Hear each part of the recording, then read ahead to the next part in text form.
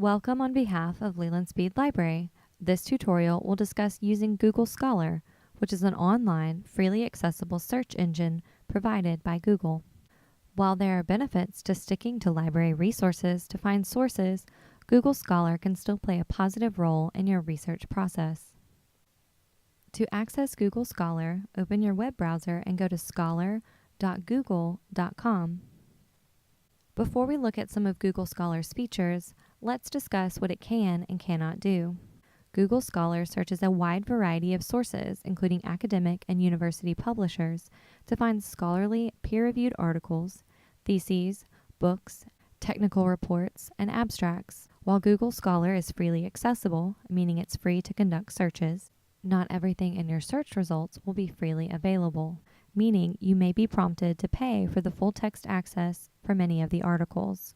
In this way, Google Scholar differs from library databases, which are subscription-based resources that search for published information like scholarly articles. Because the library has purchased access to these databases, you will not have to pay for full text access if an article is part of our subscription. If you find an article in Google Scholar and are prompted to pay for full text access, remember to check the library's resources to see if we have access to that article. You can use the Journal Finder or use the Interlibrary Loan Service. Now let's discuss some features in Google Scholar. From the Google Scholar main page, you can enter your search terms in the main search box or select the arrow on the right for the advanced search. In the advanced search menu, you can input specific words or phrases, author names, publication titles, and date ranges.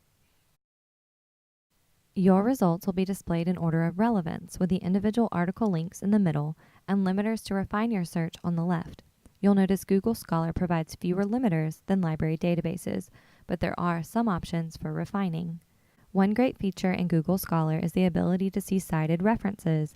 For example, we can see that this first article has been cited 2,716 times, meaning 2,716 other articles and scholarly publications have used this article as a reference.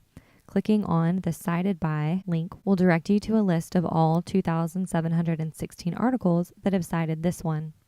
Back on our results list, you can see that each article entry includes links to related articles and options to save or cite this article.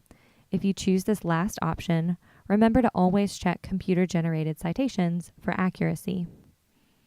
Another feature in Google Scholar that's related to citation tracking is the metrics feature, which has a link on the top of the basic search page. In the metrics feature, you can see top publications grouped by language and then by subject. These rankings are determined by the H5 index, which tracks the citation impact and influence of individual authors and publications in scholarly fields within the last 5 years. Select Learn More to see more information about Google Scholar metrics. You can also select the H5 index link for a short description. To see the top-ranked articles in each high-ranking publication on these lists, select the hyperlinked number on the H5 index column. Here are the top-ranked articles by H5 index that were published in the journal Nature. We can see each article's title and publication information. To the right is how many times the article has been cited and the year the article was published. Each title is hyperlinked. In this tutorial, you have learned about some key features available in Google Scholar. Remember, if you find articles via Google Scholar that require payment for full text access, search for the publication title in the Speed Library Journal Finder or request the article via the library's Interlibrary Loan Service. If you need further assistance, check out our other videos on how to use the Journal Finder and Interlibrary Loan Service, or call or text a Speed Librarian.